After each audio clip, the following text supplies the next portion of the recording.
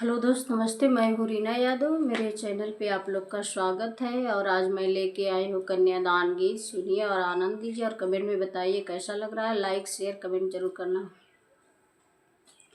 अखिया में आंसू बारी, आंसू भर नया नावा। अखिया में आंसू बारी, आंसू भर नया नावा। काहे खातिरे पापा दिहला जनमावा। काहे खातिरे पापा दिहला जनमावा।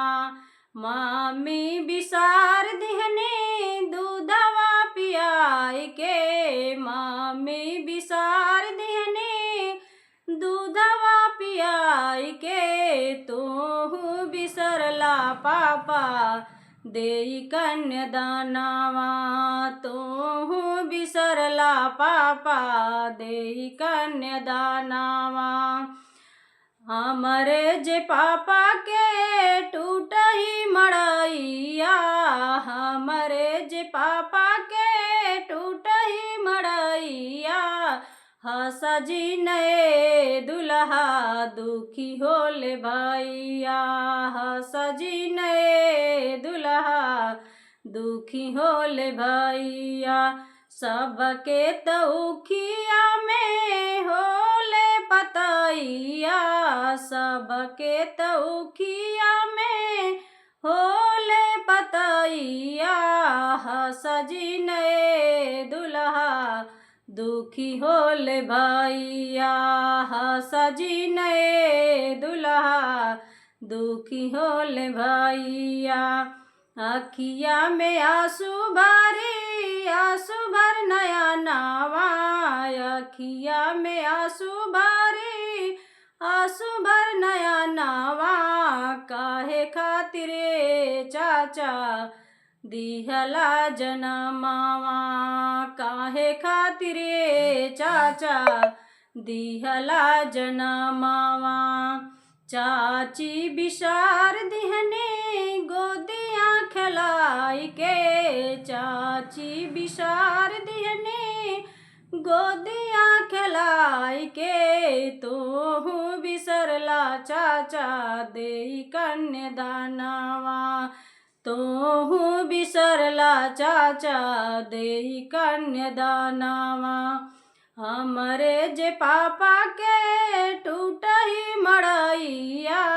हमरे जे चाचा के टूटही मड़ैया। सजी नए दुल्हा दुखी होले भैया। सजी नए दुल्हा दुखी होले भैया। सबके तौखिया में होले पतैया।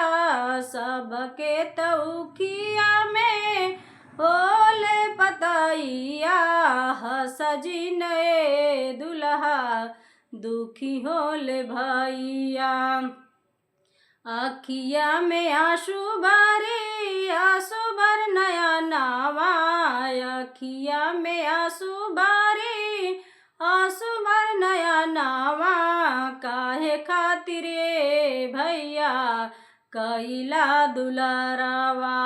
काहे खातिरे भैया कैला दुलारावा। बाबी बिसार दिहने काई के दुलारावा। बाबी बिसार दिहने काई के दुलारावा। तू बिसरला भैया लौवा मिलाई के। तू बिसरला भैया लौवा मिलाई के। हमरे जे भैया के टूटही मड़ैया।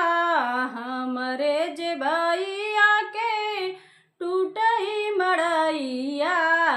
सजी नए दुल्हा दुखी होले भैया। सजी नए दुल्हा दुखी होले भैया। सबके तौखिया में होले पतैया। सबके तौखिया में ओले पतैया ह सजिन ए दुल्हा दुखी होले भैया ह सजिन ए दुल्हा दुखी होले भैया।